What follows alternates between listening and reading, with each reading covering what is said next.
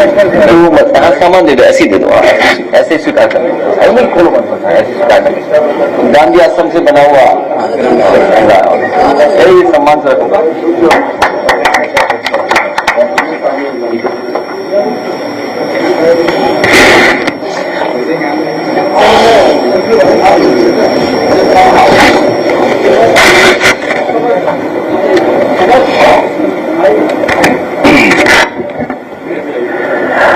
क्षेत्रीय श्री गांधी आश्रम कर्मचारी संगठन मेरठ, जिन्होंने उनके पदाधिकारियों ने कुछ जानकारी दी है और शिकायतें भी प्रशासन को अलग अलग स्तर पर पहुंचाने का काम किया है। कुछ महत्वपूर्ण और कीमती जमीन को बचाने में भी ये कामयाब हुए हैं। भारतीय जनता पार्टी और उनके संगी साथी लगातार इस कोशिश में है जो कीमती जमीन है उसको कैसे हथिया लें, और उसकी सूचनाएं अलग अलग जिलों से अलग अलग समय पे आती रही हैं। अयोध्या जो पावन धरती है, भगवान श्री राम की धरती पर भी नहीं उन्होंने कोई शर्म की, जिसमें न केवल पॉलिटिकल पार्टीज ने बल्कि आम लोगों ने भी सवाल खड़े किए थे। और आज भी समझने में हम लोग नाकाम है कि आखिरकार इतने मिनट में जमीन की कीमत इतनी कैसे हो सकती है। इसी तरह वाराणसी है। अब तो सुनने में आया गोरखपुर में जमीनों को लेकर के बहुत बड़े पैमाने पे गोरख धंधा चल रहा है। केवल जमीनों का गोरख धंधा नहीं है, बल्कि हर तरह का गोरख धंधा चल रहा है। हाल ही में जो घटना हमने और आपने देखी और मीडिया के माध्यम से जो जानकारी हासिल हुई, पॉलिटिकल हमारे जो संगठन के लोग हैं उनके माध्यम से जो जानकारी मिली, बड़े पैमाने पर गोरखपुर में गोरख धंधा चल रहा है। जमीनों का भी है, अन्याय का भी है, उत्पीड़न का भी है। याद कीजिए 2022 के चुनाव से पहले वहीं की पुलिस ने एक होटल में घुस करके जांच के बहाने एक व्यापारी जो कानपुर के थे अपने कारोबार के लिए गए और देखने गए थे, वहां पर पीट करके पुलिस के लोगों ने उसकी जान ले ली थी। सोचो कितने दिन पहले, कई साल पहले, और लगभग उसी तरह की घटना फिर देखने को मिल रही है। एक नौजवान जो डॉक्टर बनता, न केवल अपना भविष्य बेहतर करता बल्कि अपने परिवार का सहारा बनता। जो उसकी तस्वीर और जो वीडियो और जो जानकारी मिली है, सोचो कैसे उसकी जान ले ली गई। कोई उसको देख भी नहीं सकता है तस्वीर को या वीडियो को, इतना भयावह दृश्य है। और सरकार हाथ पे हाथ रख के बैठे। और कब किसकी तस्करी हो रही थी? आखिरकार अगर जांच में जाएं हम लोग, कई बार सवाल खड़े हुए कि भारतीय जनता पार्टी के लोगों ने ऐसे कारोबार को बढ़ावा देने का काम किया है, और उसका परिणाम है कि आज एक्सपोर्ट में नंबर 1 है भारत। और कई लोगों का इसमें इन्वेस्टमेंट भी रहा है, जो कई बार सूचनाएं मिलती हैं। जो सोचिए लीगल इलीगल की बहस में स्लॉटर के नाम पर वोट ले रहे थे, 9 साल के बाद भी वहां पर बताओ तस्करी हो रही है। और तस्करी को रोकने के उसमें एक नौजवान जो डॉक्टर बनता उसकी जान चली गई। आम जनता सड़कों पे थी, कोई पॉलिटिकल पार्टी नहीं सड़कों पे थी, आम जनता सड़कों पे थी। ये बताता है कि इनका जो कानून व्यवस्था का काम करने का तरीका है, जो जीरो टॉलरेंस का नारा, वो जीरो हो चुका है। इनका जीरो है। आज हम लोग यहां पर बागपत, नोएडा, गाजियाबाद के कार्यकर्ता नेता बैठ करके कुछ चर्चाएं की हैं। एसआईआर जो होने जा रहा है और शुरू हो गया है काम, उस पर एक तरह से नई वोटर लिस्ट बन रही है। और जब हम 3 जिले के लोग यहां बैठे थे तभी महोबा से हम लोगों को जानकारी मिली कि एक ही घर में सोचो कितने हजार वोट, 4000 से ज्यादा वोट बने हुए एक ही घर से, एक ही मकान से। नोएडा के हमारे कार्यकर्ता नेताओं ने भी कई जगह जानकारी हासिल की, कई 100 वोट एक एक एड्रेस पे हैं। हमारे माननीय अध्यक्ष और एक कार्यकर्ता मुझे बता रहा था कि कितने हजार वोट हैं, 42,070। सोचिए, ये एक लंबी सूची है इनके पास, न केवल नाम है, न जाने क्या क्या। लेकिन ये बात अगर हम आज उठा रहे हैं तो संबंधित अधिकारी यही कहेंगे तो हम एसआईआर भी तो इसीलिए करा रहे हैं। अगर आज ये सवाल हम और आप लोग उठा रहे हैं तो सरकार और आयोग बचने के लिए ये कहेगा कि एसआईआर भी तो हम इसीलिए रिवीजन इसीलिए तो कर रहे हैं। रिवीजन होने के बाद आपकी वोटर लिस्ट को ठीक कर रहे हैं। इसका मतलब पहले से जो वोट बने हुए हैं, जो शिकायतें समाजवादी पार्टी और पॉलिटिकल पार्टीज ने किया, उन पर कोई भी कार्रवाई चुनाव आयोग ने नहीं की। और उसका परिणाम यह हुआ कि धीरे धीरे प्रशासन का सहारा लेकर के भारतीय जनता पार्टी ने चुनाव आयोग को जुगाड़ आयोग बना दिया अपना। प्रशासन से मिलकर के और प्रशासन का साथ लेकर के अगर समाजवादियों की शिकायत रही होगी तो उस पर कोई कार्रवाई नहीं की होगी। वोट फर्जी बनाने का काम, नकली नामों से वोट बनवाना, उसके बाद डलवाना, गंभीर विषय ये नहीं है कि नाम कैसे आ गया। ये तो शिकायत हम लोग करते ही रहे, लेकिन इससे भी गंभीर बात है कि उनके वोट बीजेपी ने पड़वा लिए अपने पक्ष में और एक फर्जी आधार बना करके। बीजेपी के पास कोई मशीन है जो बूथ पर वो भेजते हैं चुनाव के दिन, उनके लोगों को ट्रेनिंग दी जाती है कि कैसे नकली आधार बनाया जाता है। ये बीजेपी के पास कोई ऐसी तैयारी है कि बूथ और वोट डालने के दिन वो नकली आधार बनाने की मशीन ले आते हैं और नकली आधार बना करके वोट डाल देते हैं। मान लीजिए महोबा से खबरें आ रही हैं तो ये बात तो होगी कि वोट डाला होगा उन्होंने कहीं ना कहीं। इसलिए हम अपने कार्यकर्ताओं से आज यही उम्मीद करते हैं कि बीएलए बनाएं, मजबूत बीएलए बनाएं, एजेंट हमारे जो बूथ लेवल एजेंट जो वोटर लिस्ट पर निगरानी रख सकें, अपना वोट कटने न दें, भारतीय जनता पार्टी का वोट फर्जी बनने न दें। जिस तरीके से भारतीय जनता पार्टी ने पॉलिटिकल पार्टीज के और पॉलिटिकल पार्टी के वर्कर्स को काम ज्यादा मिल गया है, काम ज्यादा दे दिया है। आपको अपना वोट बनाना है, वोट कटने से बचाना है, वोट वोटर लिस्ट में जुड़वाना है, फिर पढ़वाने के लिए संघर्ष करना है वोट अपना, फिर वोट की निगरानी करनी है गिनने के लिए, फिर जो बाद में घोटाला करते हैं उसमें भी हमें बचना है।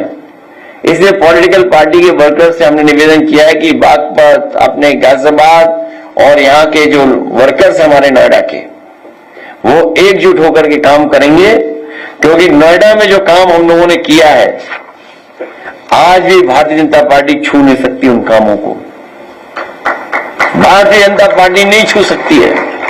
अर्बनाइजेशन और एक शहरी इंफ्रास्ट्रक्चर को कितना बेहतर कर सकते हैं जिससे इन्वेस्टमेंट आए। सैमसंग का एक्सपेंशन समाजवादियों की सरकार की वजह से हुआ। बड़े पैमाने पर नोएडा में इन्वेस्टमेंट आया। न केवल इन्वेस्टमेंट आया बल्कि नोएडा को बेहतर इंफ्रास्ट्रक्चर, पब्लिक ट्रांसपोर्टेशन के लिए, पब्लिक ट्रांसपोर्ट के लिए हम लोगों ने नोएडा से ग्रेटर नोएडा मेट्रो और नोएडा से दिल्ली की मेट्रो, ये समाजवादियों की देन है जो बनाने का काम किया है। कई फ्लाईओवर बनाए, कोविड हॉस्पिटल बनाए, एलिवेटेड रोड 18 to 62 सेक्टर तक लेके गए। मल्टी लेवल पार्किंग ऐसी कहीं नहीं होगी पूरे उत्तर प्रदेश में, देश में। मैं दावा कर सकता हूं कि इतनी ऊंची मल्टी लेवल कार पार्किंग कहीं नहीं होगी जो समाजवादी सरकार में नोएडा में सेक्टर 18 में बनवाने का काम सरकार में हुआ था। जो लोग गए होंगे वो जानते होंगे कितने फ्लोर की पार्किंग है। ये अलग बात है कि पार्किंग बनाने वाला ही भारतीय जनता पार्टी में चला गया। न जाने कितने अंडरपास बनाए, नोएडा स्टेडियम बना क्रिकेट का, इंडोर फैसिलिटी भी दी स्पोर्ट्स की और आउटडोर भी स्टेडियम्स बने। शिल्प ग्राम, शिल्प हाट, जिस तरीके से हमने आपने लखनऊ में शिल्प ग्राम देखा, वो हमारे बुनकर आर्टिसियंस जो उत्तर प्रदेश के हैं, जो वन डिस्ट्रिक्ट वन प्रोडक्ट जिसके नाम पर ये लोग कमा रहे हैं वोट और अपना प्रचार कर रहे हैं, उनके लिए स्थान देने का काम समाजवादी सरकार में हुआ था। लखनऊ में आर्टिसियंस के लिए, बुनकरों के लिए, अपने कारीगरों के लिए, शिल्पकारों के लिए उससे बेहतर इंफ्रास्ट्रक्चर आज भी भारतीय जनता पार्टी 9 साल में नहीं बना पाई। इसी तरह बड़े बड़े शहरों में बनाना शुरू कर दिया था। भदोही में कारपेट बाजार बनाया, गाजियाबाद में बनने जा रहा था, और नोएडा में सिटी सेंटर में शिल्प हाट बनाने का काम भी समाजवादी सरकार में हुआ था, जिससे बुनकरों को वहां पर एक फैसिलिटी मिल जाए।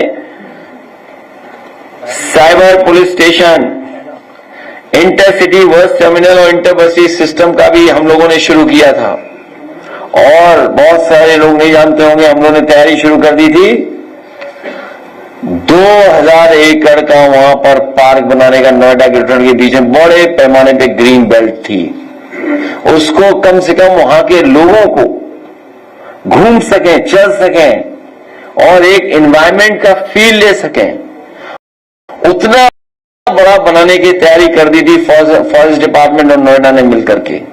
ये तो कुछ ही काम मैंने बताए हैं। इसी तरह गाजियाबाद में मुझे याद है जब मैं दिल्ली एयरपोर्ट पर उतरा, क्योंकि वो समाजवादी सरकार में नहीं उद्घाटन हुआ था, उद्घाटन बनकर तैयार हो गया था, उद्घाटन भी हुआ था, दोबारा उद्घाटन हुआ था एलिवेटेड रोड का।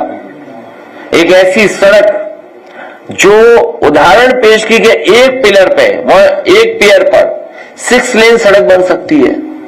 सिंगल पियर पे एलिवेटेड 6 लेन रोड, एक खंबे पर 6 लेन रोड देश की पहली बनाई थी समाजवादी सरकार ने, जो 9 किलोमीटर से ज्यादा की थी। इतनी बड़ी single pair elevated 6 lane road पूरे देश में कहीं नहीं बनी थी, केवल गाजियाबाद में समाजवादी सरकार ने बनाई थी, और घंटों बचने लगा था टाइम, घंटों बचता टाइम उससे, घंटों। ऐसे बहुत से काम समाजवादियों ने किए। यमुना पर भी पुल दे दिया था हरियाणा और उत्तर प्रदेश को जोड़ने वाला, पता नहीं वो यमुना पुल बना कि नहीं बना। छापरौली में दिया था, और हमारे सुखिंदर तोमर जानते होंगे, उनके यहाँ भी स्टेडियम समाजवादी सरकार ने मिला था। न केवल वो दिया था बल्कि आपका फीडर सेपरेशन कर दिया था, जिससे गांव के हमारे लोगों को अलग से बिजली मिले, शहर के लोगों को अलग बिजली मिले। अभी मुझे जानकारी दी है कि बागपत के कई गांव डूब गए पानी से, कोई सरकार में सुनने वाला नहीं है। पंजाब में तो हुआ ही नुकसान, पंजाब में खेती चली गई, जानवर चले गए, मकान चले गए, लोगों की जान चली गई, सड़कें बह गई, पुल खराब हो गए, और न जाने कितना नुकसान हुआ है।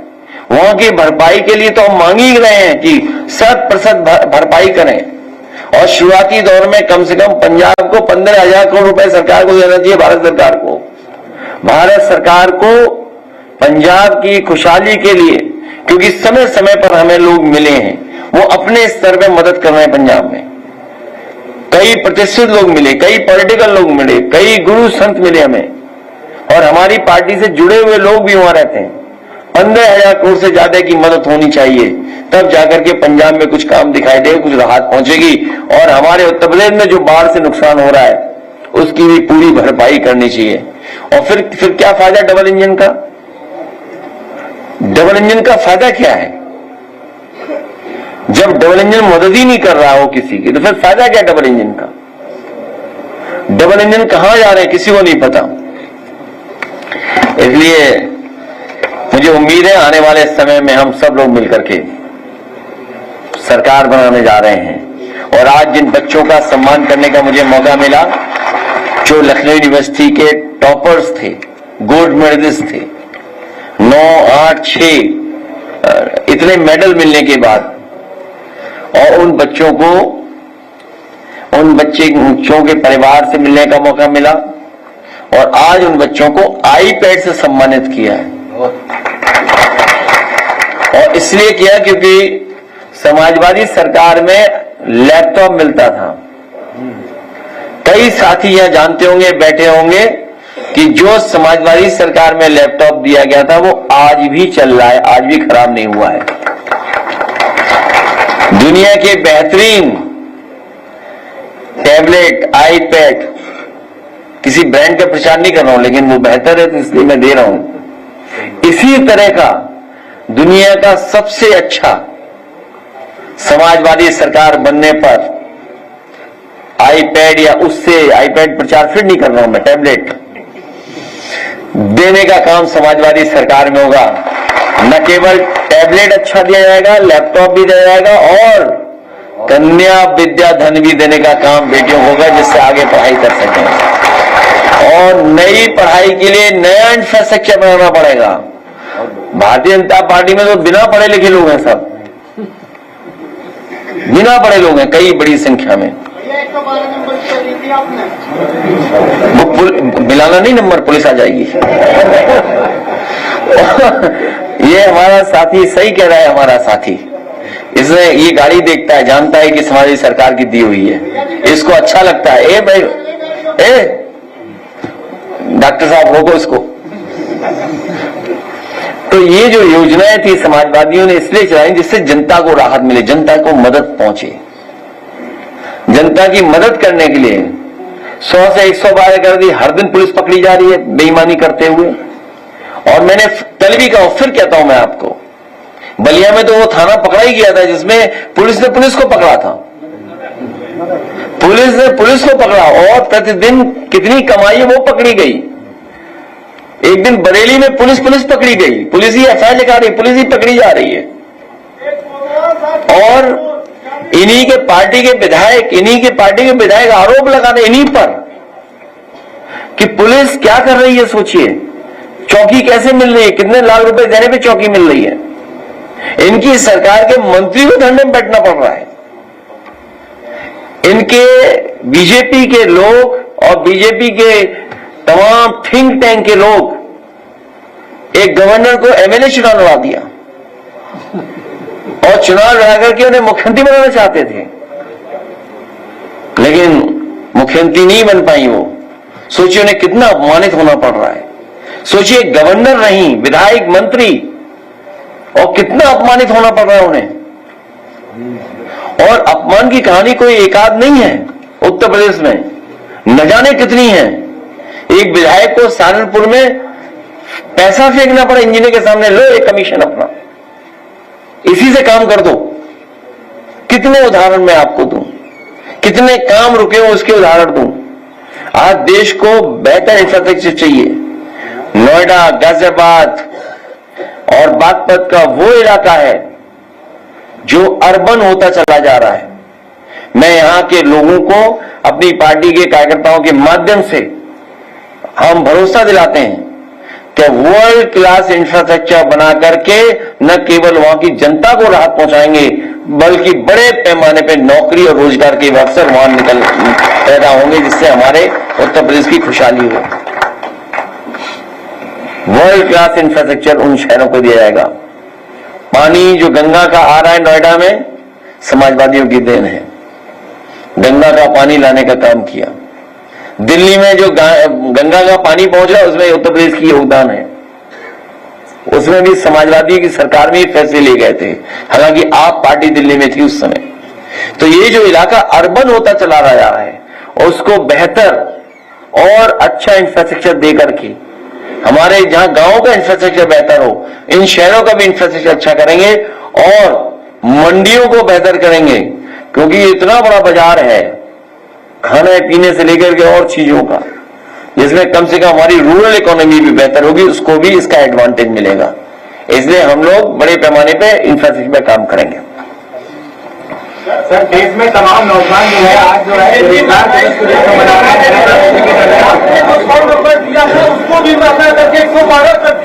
ठीक है, लोहिया मानी, धन्यवाद। देश का तमाम नौजवान नरेंद्र मोदी के जन्मदिन पर बेरोजगार दिवस के रूप में मना रहे हैं। लखनऊ में भी कई प्रोटेस्ट हुआ। हम सब बैठ करके भी बेरोजगार दिवस ही एक रूप में मना रहे हैं। काम होता तो क्यों बैठे होते हैं हम लोग भी सब बेरोजगार हैं। सरकार में होते तो काम करते। नहीं, बेरोजगार है बड़े पैमाने, और ये सवाल बड़ा है बेरोजगारी का। ये सरकार रोजगार नहीं दे पा रही है। और सोचिए, रोजगार जिन पर है नौकरी, उन्हें टीईटी में फंसा दे रहे हैं। कोई मामूली बात नहीं है। अगर नौकरी है तो नौकरी से बाहर कैसे गए हैं, उसकी साजिश षड्यंत्र कर रचते हैं। कभी कहते हैं कि आप वो क्या कहते हैं, नो पकवा नहीं भाई, बायोमेट्रिक। आप बायोमेट्रिक से आएंगे। आप बायोमेट्रिक क्या इंफ्रास्ट्रक्चर बताओ स्कूलों का, कैसे आएंगे टीचर्स वहां पर? जो सरकार 27,000 प्राइमरी स्कूल बंद कर रही हो, और अगर हम समाजवादी लोग पीडीए पाठशाला के माध्यम से पढ़ाने चले जाएं तो एफआईआर होगी। दुनिया में किसी सरकार ने पढ़ाई पर एफआईआर नहीं लिखाई होगी। ये पहली सरकार है, सोचिए, पढ़ाई पर एफआईआर लिखवा रही है। 27,000 स्कूल बंद हो गए। क्या जवाब है सरकार के पास? न जाने कितने इंटर कॉलेज की ये नाप रहे हैं, जमीनें बेच रहे हैं, चाहते हैं। किसान बाजार बेच दिए, सब बच्चों का खाना बंद कर दिया। किसान बाजार बेच दिया। और जो समाजवादियों ने अपना किसानों के लिए बाजार बनाया, ये अच्छा किया। वैसे एक बेचने का रास्ता बता दिया। प्लासियो मॉल बेचा, प्लासियो मॉल बेचा समाजवादी सरकार का। ये सरकार का इंफ्रास्ट्रक्चर था, ये सरकार का बाजार था। लेकिन बीजेपी ने अपने लोगों को खुश करने के लिए, और उसमें तो डिप्टी सीएम ने चिट्ठी लिखी है, हम उन्हें धन्यवाद देते हैं कि भ्रष्टाचार को लेकर कम से कम एक चिट्ठी तो लिखी थी। वो चिट्ठी कभी टेबल से हटेगी नहीं, वो हमेशा रहेगी चिट्ठी। समाजवादी सरकार आने पर पुनः जांच के ऑर्डर उस पर होंगे। बीजेपी के डिप्टी सीएम की चिट्ठी लिखी हुई है कि इसमें भ्रष्टाचार हुआ है। एक और हमारा किसान बाजार बना था, कितना अच्छा, वो भी कुछ खाने पीने की जगह का स्थान बन गया है। सब बस स्टैंड बेच दिए, कीमती जमीनें बस स्टैंड पे एक ही व्यक्ति को बेच दिए। एक खेल का मैदान है सर बांदा में, 123 साल पुराना राफेल क्लब खेल ग्राउंड। उसमें महात्मा गांधी से लेकर नेताजी तक की जनसभा हुई है। उसमें बांदा डेवलपमेंट अथॉरिटी बेच रही है। खेल प्रेमी और समाजसेवी वहाँ आंदोलित है। नेताजी ने 2010 में वहाँ जाकर कहा था खेल मैदान है, ये खेल मैदान ही रहेगा। ये गंभीर विषय है, और भारतीय जनता पार्टी सभी भूमाफियाओं से मिली हुई पार्टी है। सबसे ज्यादा जमीनों का कब्जा करने का काम भारतीय जनता पार्टी में हो रहा है।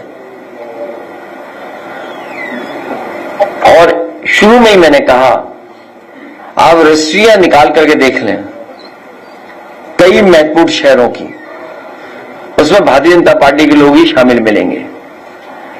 जमीनों को बेचना, मुनाफा कमाना उससे, और अपने लोगों को ऑब्लाइज करना,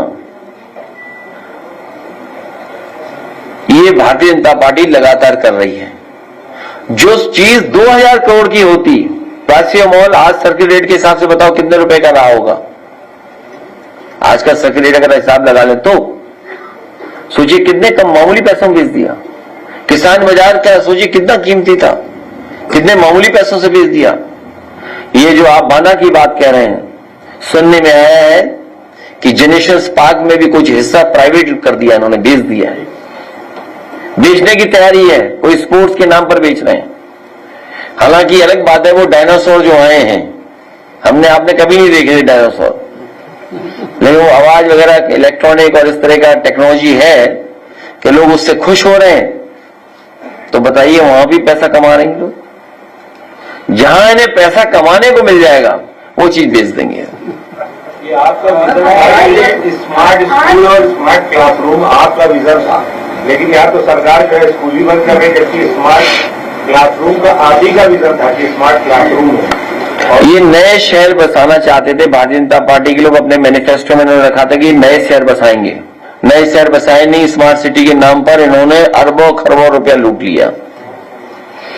शहर स्मार्ट नहीं बने, क्लास स्मार्ट नहीं बनी, लेकिन बीजेपी वाले खुद स्मार्ट बन गए।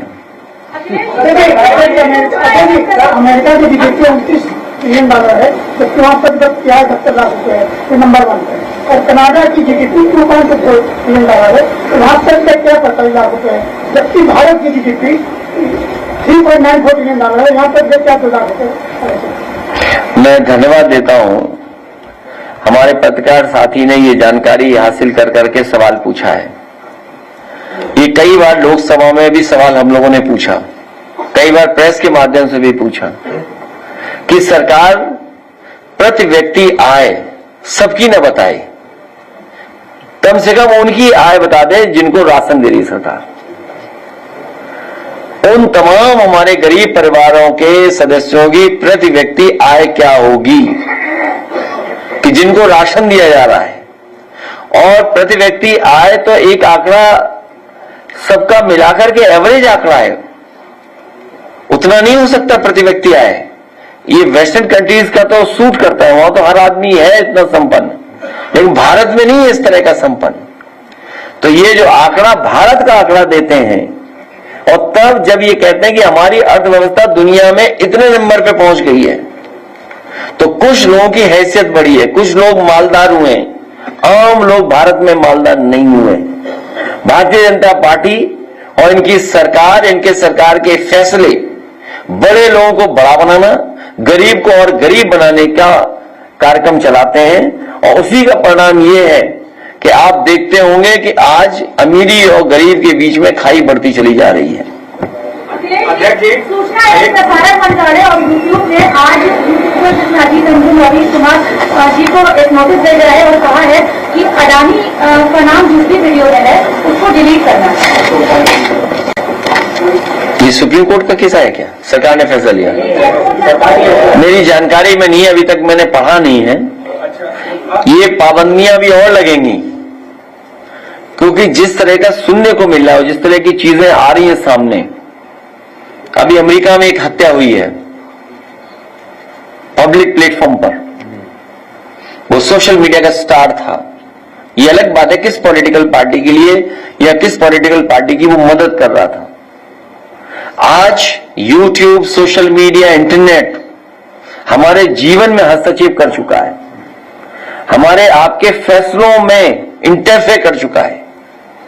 इसलिए जहां सच्ची जानकारी पहुंचेगी उसमें पाबंदियां सरकार लगाएंगी। सरकार कभी भी सच्चाई नहीं पहुंचाना चाहती जमीन पर, वो अपने लोगों के माध्यम से फीड कर करके चीजें पहुंचाना चाहती है।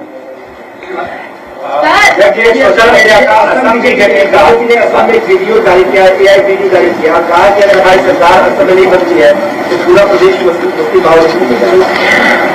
भारतीय जनता पार्टी के लोग झूठे लोग हैं। देश बचाना है तो भाजपा हटाओ, समाज को बचाना है तो भाजपा हटाओ, भाईचारा बचाना है तो भाजपा हटाओ। और हमारा देश ये गुलदस्ता की तरह खूबसूरत देश है। दुनिया में इतने जाति धर्म के लोग एक साथ कहीं नहीं रहते हैं। ये हमारी खूबसूरती है कि हम इतने साथ लोग मिलकर के रहते हैं। उसी के खिलाफ है ये भारतीय जनता पार्टी के लोग। और टेक्नोलॉजी का इस्तेमाल होना चाहिए अच्छाई के लिए, ये बुराई के लिए इस्तेमाल कर रहे हैं। और आपको हमको तो तब सावधान होना चाहिए था जब इन्हीं पार्टी के एक नेता ने अपने वर्कर्स को ट्रेनिंग देते समय ये कहा कि उनके एक वर्कर ने कोई गलत इंफॉर्मेशन फीड की है, जिसमें किसी लीडर के बारे में और उसके परिवार के बारे में आमने सामने फादर एंड सन की कोई इश्यू को लेकर के, जब उन्होंने उसका उदाहरण देते हुए कहा कि अगर ये झूठी खबर भी है लेकिन हमारे वर्कर्स को इसको और बढ़ाना चाहिए। इसलिए मैं आपसे कहना चाहता हूं, AI के जमाने में, इंटरनेट और सोशल मीडिया के जमाने में, क्योंकि सोशल मीडिया का इमोशन हमारे इमोशन को कहीं ना कहीं बदल रहा है, हमारे इमोशन से जुड़ रहा है सोशल मीडिया का इमोशन। इसलिए सावधान रहना पड़ेगा तब जब भारतीय जनता पार्टी के पास बड़े पैमाने पर इंफ्रास्ट्रक्चर है, बड़े पैमाने पे पेड लोग हैं जो आए दिन कुछ न कुछ प्रचार करते हैं, परसेप्शन क्रिएट करते हैं, नैरेटिव क्रिएट करते हैं। कई इमेजेस, कई कार्टून्स, कई जगह फेक बना रखे हैं। यादव बने होंगे और यादवों की गाली देने होंगे, मुस्लिम के फेक आईडी बने होंगे, आप कलाबत करेंगे। हमारे आपके न जाने कितने फेक आईडीज बना लेंगे लोग। आज सबसे ज्यादा फेक आईडीज किसी ने बनाए हुए हैं तो भारतीय जनता पार्टी के लोगों ने बनाए हुए हैं और पैसा इकट्ठा करके बनाए, पैसा देकर के बनवाए। इसलिए सावधान रहना हम और आप लोग, जब चुनाव होगा पता नहीं क्या क्या ये एआई से कराएंगे ये लोग।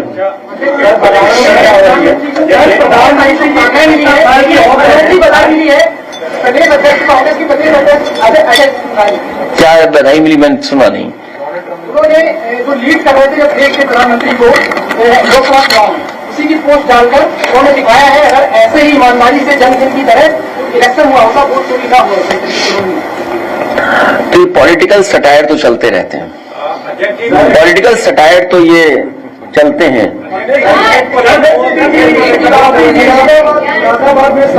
ये आवाज क्या की आ रही है? बादल, इसका मतलब बादल फट न जाए। हाँ, क्लाउड बस नॉइज जल्दी खत्म करो, प्रेस चले घर।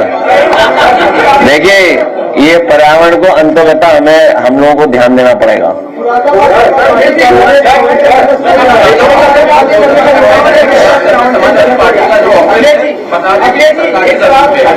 देखिए, आप बुलडोजर चला दो समाजवादी पार्टी की बिल्डिंग पर, जो दूसरों के लिए गड्ढा खोदते हैं, याद रखना एक दिन उसी गड्ढे को खुद भी गिरते हैं।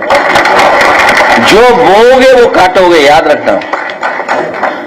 और मैं जानता हूं भारतीय जनता पार्टी इसका गलत इस्तेमाल भी करेगी। देखो, समाजवादी पार्टी अभी सरकार में नहीं है, अभी से हड़काने लगे हैं। ये कहेंगे बीजेपी के लोग, ठीक है हमारा कार्यालय छिन गया, जैसे मान लिया आपके बहुत सारे प्रेस के लोग हैं, इन पे सीबीआई ईडी इनकम टैक्स हुआ, थोड़ा सुधर गए, बदल गए, उनके पक्ष में हो गए, हुए नहीं हुए, कई चैनल बिक गए। अच्छा ये बताओ हम क्या करें? हम आपसे गप लगा रहे हैं, मान लीजिए बात कर रहे हैं, इन चैनलों में इन्वेस्टमेंट किस किसका है? हम आप क्या कर लेंगे बताओ? अब सांप सूंघ गया, किसका इन्वेस्टमेंट है? ये नोएडा वाले सब जानते हैं भाई, हेडक्वार्टर तो इन्हीं के है ना। मान लीजिए कोई चैनल है, इसमें इन्वेस्टमेंट किसका है? क्या आप उनके इंटरेस्ट सर्व नहीं करोगे क्या आप? तो आज हमारा पार्टी कार्यालय गिरा रहे हो, गिरा दो।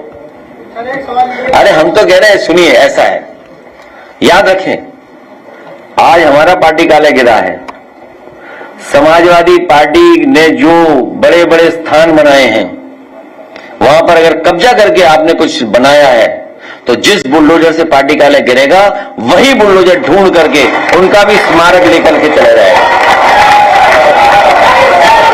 क्लियर? कोई उसमें कंफ्यूजन नहीं है, हमें कोई कंफ्यूजन नहीं है। समाजवादी पार्टी का कार्यालय गिराओगे अगर आपने बहुतों के घर गिराए हैं, मुसलमान भाइयों के घर गिराए हैं, यादव भाइयों के घर गिराए हैं, बहुत सारे हमारे ब्राह्मण भाइयों के घर गिरे हैं।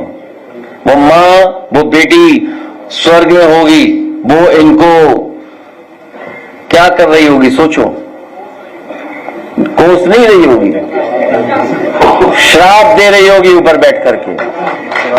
सोचिए, एक बुलडोजर चला, मां बेटी जिंदा जल गए थे। सोचिए आप, विकास दुबे की गाड़ी पलट गई। और मैं आपसे कह रहा हूं, ये जो बुलडोजर लिए समाजवादी पार्टी कार्यालय पे जा रहे हैं, उनकी हैसियत नहीं है कि अखिलेश दुबे की किसी भी बिल्डिंग पर बुलडोजर चला लें।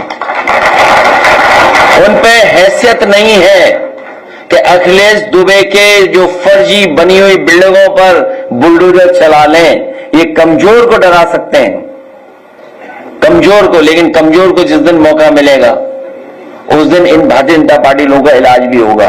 और इलाज एक दूसरे का कर भी रहे हैं, आपको पता है, एक दूसरे का इलाज भी कर रहे हैं, ऐसा नहीं है, एक दूसरे का इलाज चल रहा है आराम से।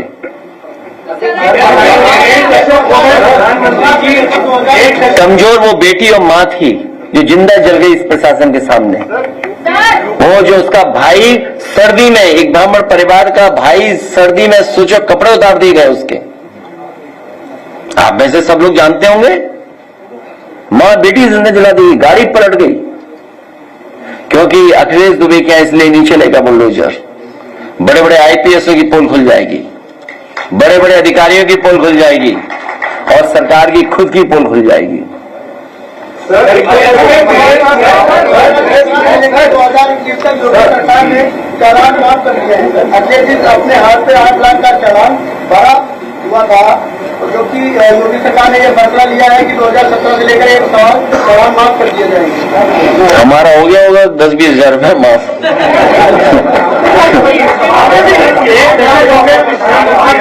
हमारा नहीं माफ है। उससे क्या फर्क पड़ता है, क्या फर्क पड़ता है उससे? भाई देखिए, एक चीज बता दें हम आपको, एक चीज बता दें आपको, जितने हम बड़े लोग हैं उन सबको कानून मानना चाहिए। जो जितना बड़ा है उसको ज्यादा नियम और कानून मानना चाहिए, बस।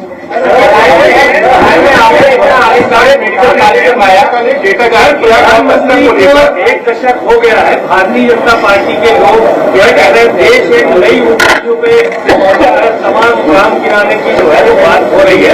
आज वो 75 साल के भी हो गए, तमाम बयान आ रहा है। देश भारतीय जनता पार्टी ने कहीं ऊंचाइयों पर नहीं पहुंचाया। देश जितना नीचे जा सकता है लगातार नीचे ले जाने का काम भारतीय जनता पार्टी कर रही है। और आज सोचिए, जितने भी हमारे पड़ोसी देश हैं, फॉरेन पॉलिसी में हम लोग फेलियर हैं। आज हमारा बाजार पूरा चीन के हाथ चला गया, पूरा बाजार हमारा चीन के हाथ चला गया। दुनिया में अगर हम देखें, सबसे ज्यादा बेरोजगार अगर कहीं तो भारत में है। हमारे किसान की मदद नहीं कर पा रही सरकार, बताओ। यही सरकार जो जन्मदिन मना रही है और खुशी मना रही है। सरकार को याद करना चाहिए कि कभी किसान को आय दोगुनी की बात कही थी। आज यूरिया नहीं मिल रहा है, खाद नहीं है, बोरी की चोरी है, बोरी की चोरी, खाद नहीं मिल पा रही। और जीएसटी कम कर दिया, इसलिए उद्योगपतियों पर दबाव बना करके ऐड आ रहे हैं अखबारों में। क्या आप कल्पना कर सकते हैं?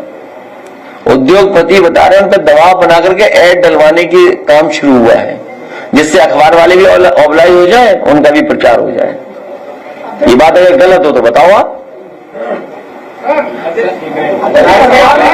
मेडिकल कॉलेज बनाया है और वहाँ बनाने के साथ जमीन की बात चल रही है। कार्यालय है उसका इनकम टैक्स डिपार्टमेंट सर्वे करने जा रहा है। डिपार्टमेंट को उसका ये है कि यहाँ की जो जमीनों की घरों की है उसमें नंबर 2 का पैसा लगा, जिसकी वो सर्वे करके जांच कर रहा है। जब सर्किट बढ़ जाएगा तो नंबर 2 तो कम ही हो जाएगा।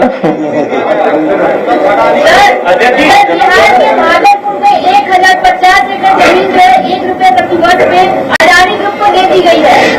ये तो एक एग्जाम्पल है कारोबार कैसे बढ़ाया जा सकता है, बड़ा अच्छा एग्जाम्पल है। में बाकी बिहारी कॉरिडोर, हाँ, ये देखिए कितना 1000 एकड़ बताया इन्होंने। 1050। हमारी बहन को पता ही नहीं है, एक ट्रस्ट बाके बिहारी में कब्जा हो चुका है 2000 एकड़ का, सुनने में आ रहा है। फ्री में कब्जा हो गया। वो 1 रुपए तब भी दिए, यहाँ तो 1 रुपए नहीं दिया किसी ने। पूरा कब्जा हो गया, और सुनने में आ रहा है। रेटिंग है मामले में लगातार खिलाड़ियों से पूछताछ की जा रही है। मनी लॉन्ड्रिंग का मामला बताया मैंने ऑन ग्राउंड गैम्बलिंग चल रही है, उसको रोक नहीं पा रहे हैं। ऑनलाइन गैम्बलिंग रोक रहे हो, ऑन ग्राउंड गैम्बलिंग कहाँ रुक रही बताओ आप? ऑन ग्राउंड गैम्बलिंग बड़े पैमाने पे चल रही है। को लेकर डेटा जारी किया है, उसके बावजूद आया है आगे की हत्या कर दी जा रही है। वो कसी कराने वाले लोग भारतीय जनता पार्टी के अंदर हैं और सरकार प्रशासन मिलकर करा रहा है। जो घटना गोरखपुर की हुई है, सच्चाई यही निकलेगी कि उनके प्रशासन के लोग ही मिले हुए हैं उसमें।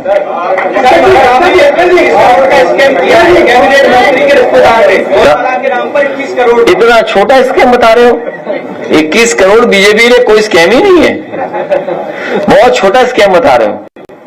एक सवाल है, यहाँ 400 करोड़ की सड़क बनी थी, सोचिए लखनऊ में सड़क, बताओ खोखली। बीजेपी वाले चमकते हुए दिखाई दे रहे हैं, लेकिन इनकी जैसे खुद खोखले वाली सड़क खोखली निकली।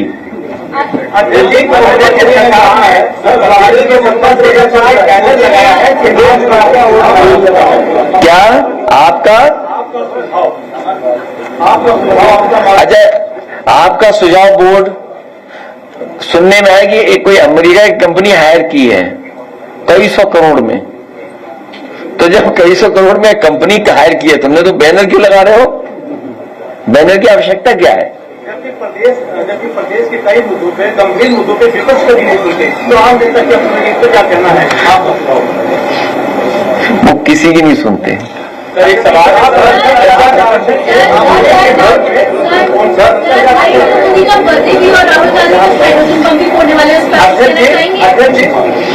भाई हाइड्रोजन बम फूटे तो देखेंगे हम लोग, और क्या कर सकते हैं।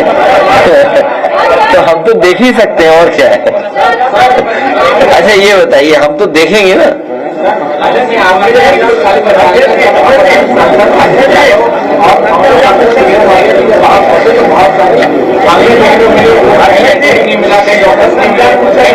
देखिए ये आप बिल्कुल कंफ्यूज क्यों होते हो।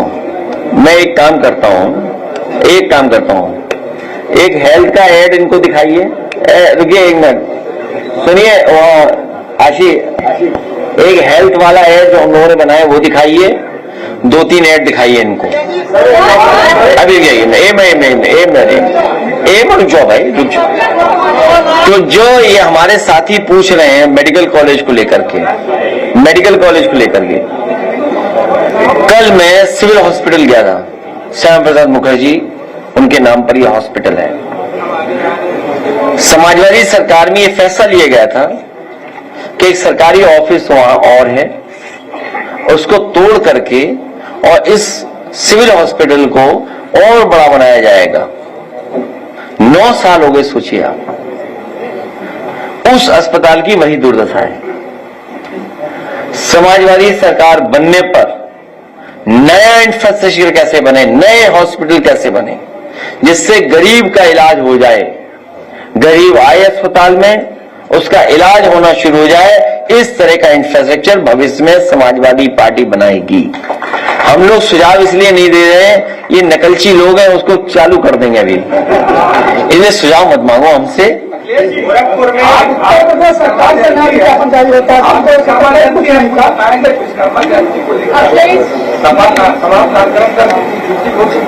हाँ, आज का दिन भगवान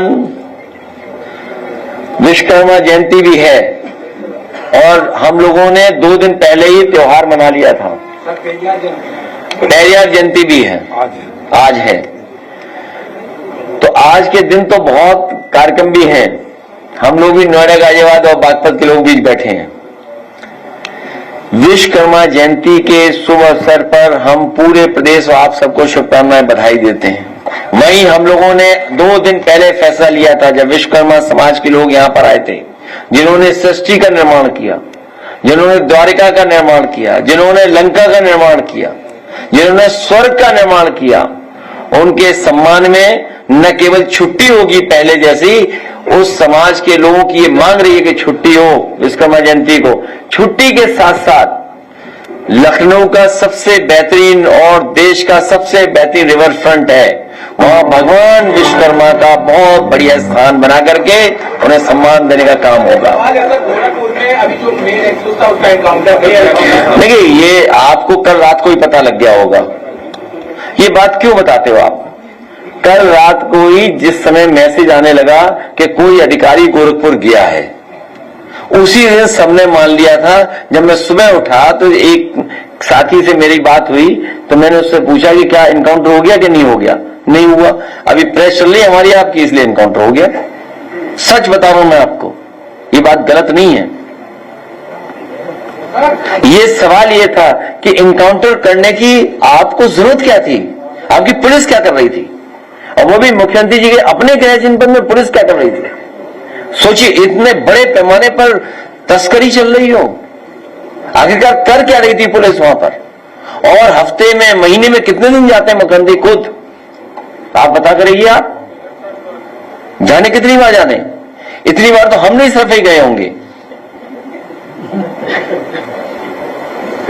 तो सोचिए आप कि ये इनकाउंटर इसीलिए किया, दिखावे के लिए। इनकाउंटर से लॉ एंड ऑर्डर नहीं बेहतर होगा, अच्छे अधिकारियों को मौका देने से लॉ एंड ऑर्डर बेहतर होगा। अच्छे अधिकारियों को एसओ बनाने से। आप स्वजाति लोगों को ही थाना देंगे, आप जो आपके आइडियोलॉजिकल चीजों को सूट करता हो उन्हें आप बैठाएंगे। आप आम जनता को अपमानित करेंगे आप। तो यही होगा जो हो रहा है। क्या एनकाउंटर से डकैती रुक गई? क्या एनकाउंटर से और चीजें रुक गई क्या? और ये इसीलिए दिखावा किया गया है, इसीलिए दिखावा किया कि अपनी नाकामी छिपाने के लिए इनकाउंटर सरकार करती है। जब इतनी बड़ी फोर्स है इनके पास, तो अगला फोर्स कर क्या रही थी? खुद ही तो कहते हैं कि हमने इतनी भर्ती कर दी, तो पुलिस कर क्या रही थी? फिर प्रशासन कर क्या रहा था? ये तो कल ही रात को पता था कि जब न्यूज फ्लैश हुई कि एक अधिकारी वहां जा रहे हैं, तो सबको पता था कि होना ही होना इनकाउंटर। ठीक है, इनकाउंटर था क्या? ये एनकाउंटर की डेफिनेशन आप पढ़ लेना। और इसीलिए सुनने में आ रहा हो, बात गलत हो, अखिलेश दुबे पर कोई कार्रवाई नहीं हो रही है। ये जो एनकाउंटर का जाल है ना, इसी से जो हमारी, आप कह रहे थे कि हमारी पार्टी का ओर चली जा रही है। दिल्ली के मुख्यमंत्री ने कहा है कि मुझे दिल चुराते।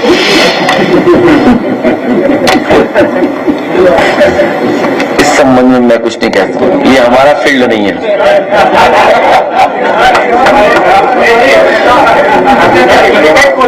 विकेट को लेकर जिस तरह से पिछले दिनों बात सामने आई, राहुल गांधी जिसमें तारीफ कर रहा हूँ, राहुल गांधी के साथ उनका लिखा था। इसके अलावा जो अन्य विकेट को लेकर क्या? देखिए, बड़ी बात यह है, जो बड़ी बात की कोशिश होनी चाहिए, जो समाजवादियों ने हमेशा कहा कि आपको खतरा सबसे ज्यादा चीन से है, पाकिस्तान से कभी भी निपटा जा सकता है।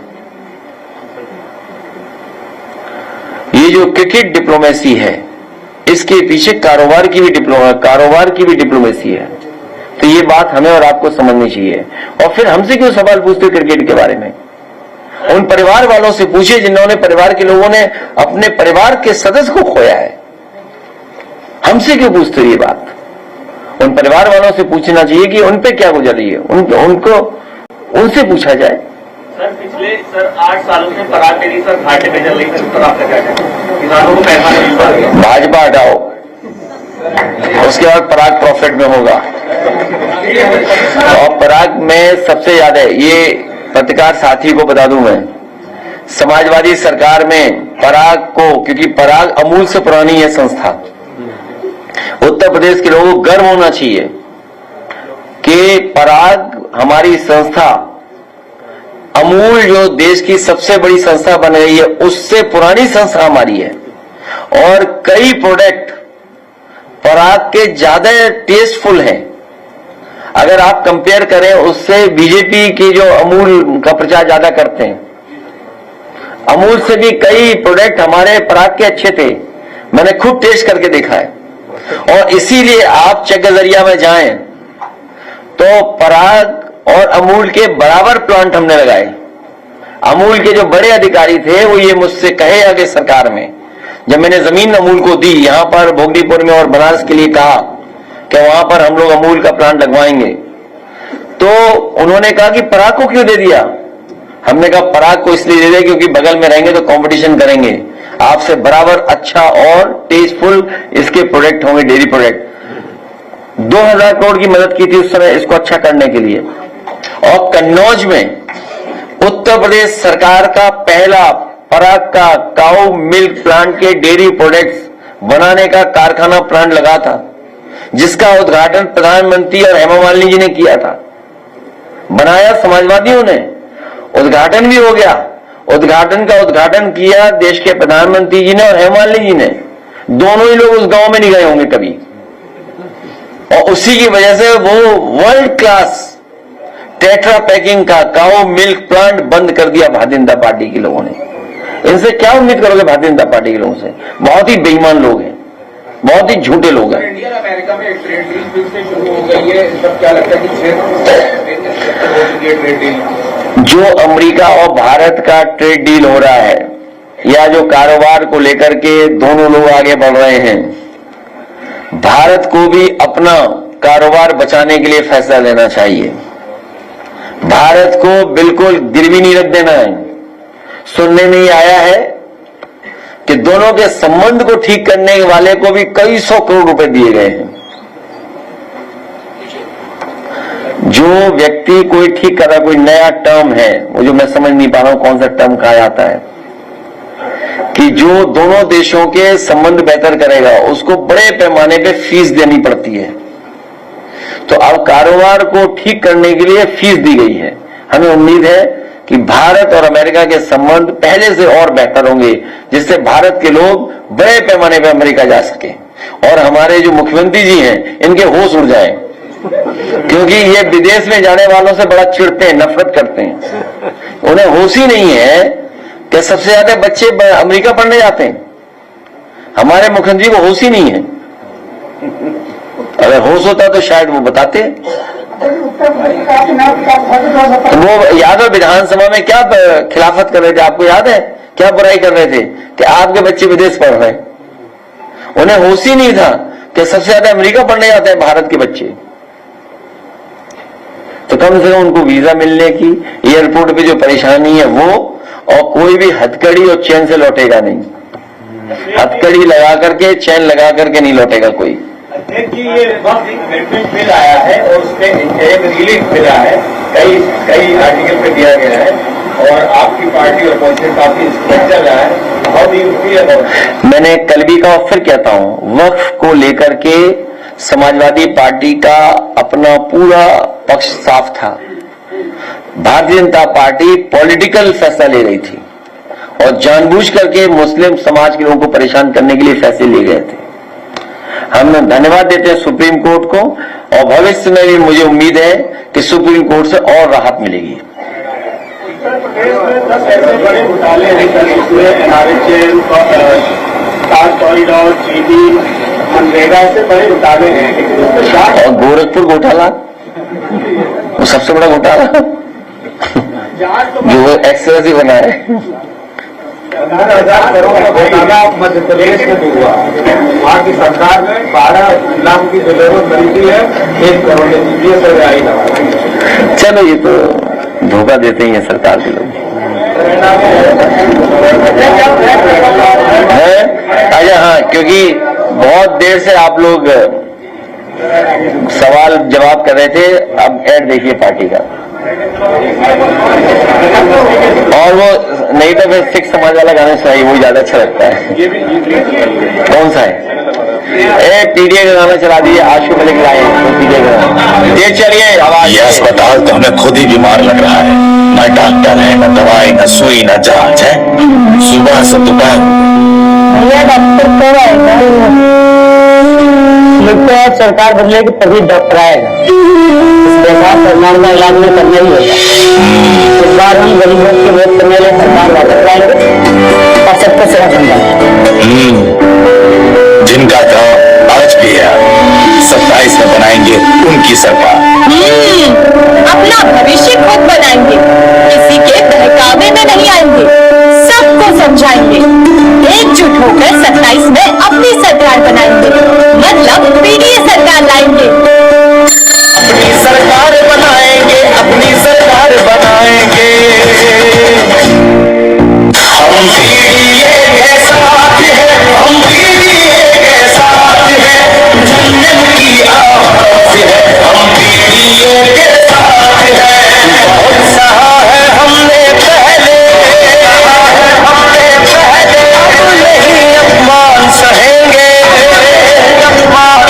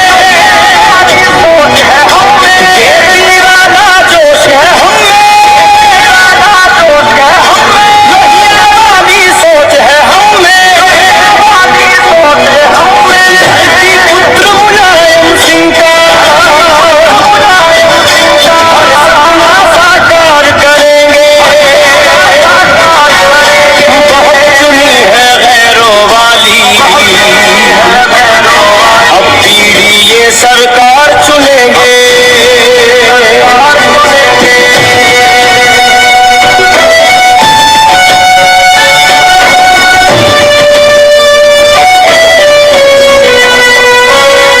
अखिलेश किसानों के नेता है, अखिलेश जवानों के नेता है, अखिलेश किसानों के नेता है,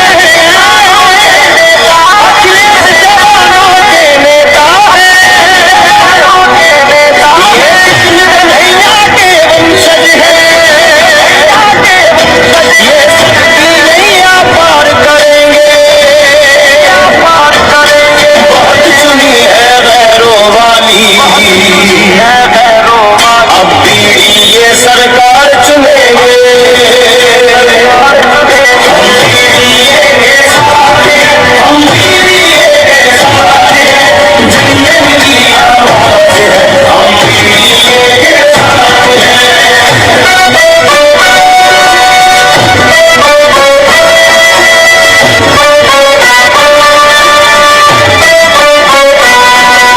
भैया का आदेश मिला है, संदेश मिला है, भैया का आदेश मिला, संदेश मिला है, अपना पिछड़ा दलित महिला सम्मान करेंगे। बहुत चुनी है गैरों वाली, अब पीडीए सरकार चुनेंगे, सरकार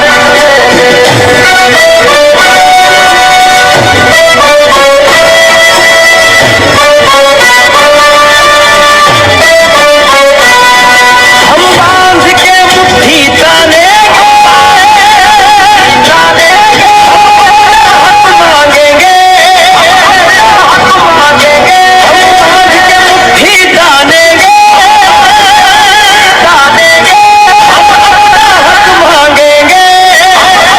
हक मांगेंगे, हमारे सीने में हम अपनी लड़ाई आप लड़ेंगे। बहुत चुनी है गैरों वाली, अब पीडीए सरकार